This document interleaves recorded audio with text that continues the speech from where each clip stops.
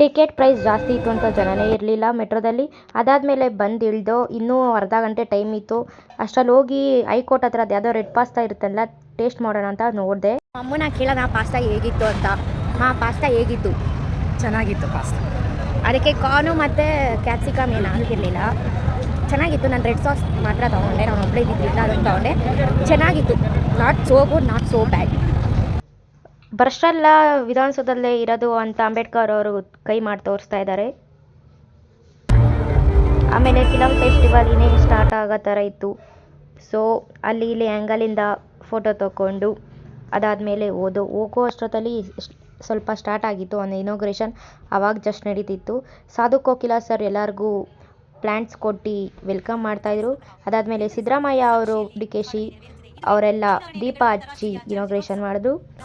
ಅದಾದಮೇಲೆ Bengaluru international film festival ಲಾಂಛನ ಬಿಡುಗಡೆ ಮಾಡಿದ್ರು. ಅದಾದಮೇಲೆ Sadhu Kokila sir, Shivaraj Kumar sir, Kishore Kumar sir ಮತ್ತು ಸಿದ್ದರಾಮಯ್ಯ ಅವರು ಸ್ಪೀಚ್ ಕೊಟ್ಟರು. ಇದಾದಮೇಲೆ ಪ್ರಿಯಾಂಕಾ ಮೋಹನ್ ನಟಿ, ಇವರು ಬೇರೆ ಭಾಷೆಲೇ ಜಾಸ್ತಿ ಫಿಲಮ್ ಮಾಡಿರೋದು.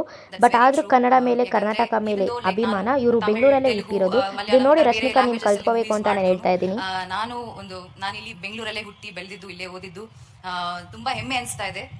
ನೀವೆಲ್ಲ ಬಣ್ಣ ಹಾಕೊಂಡು ನಾಟಕ ಮಾಡ್ತೀರಿ, ನಾವು ಬಣ್ಣ ಹಾಕೊಂಡಿದ್ದೀರಾ ಸಿನಿಮಾ ಮಾಡ್ತಾ ಇದೀವಿ. ಏನಂದೆ ಇನ್ನೊಂದ್ಸಲ?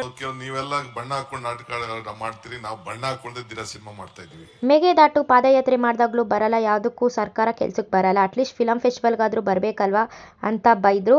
ನಾವೇನಾದರೂ ಪರ್ಮಿಷನ್ ಕೊಡಲ್ಲ ಅಂದರೆ ಇವ್ರು ಹೇಗೆ ಫಿಲಮ್ ಮಾಡ್ತಾರೆ ಅಂತಲೂ ಚೆನ್ನಾಗಿ ಬೈದರು ನಟ ನಟಿಯರಿಗೆ.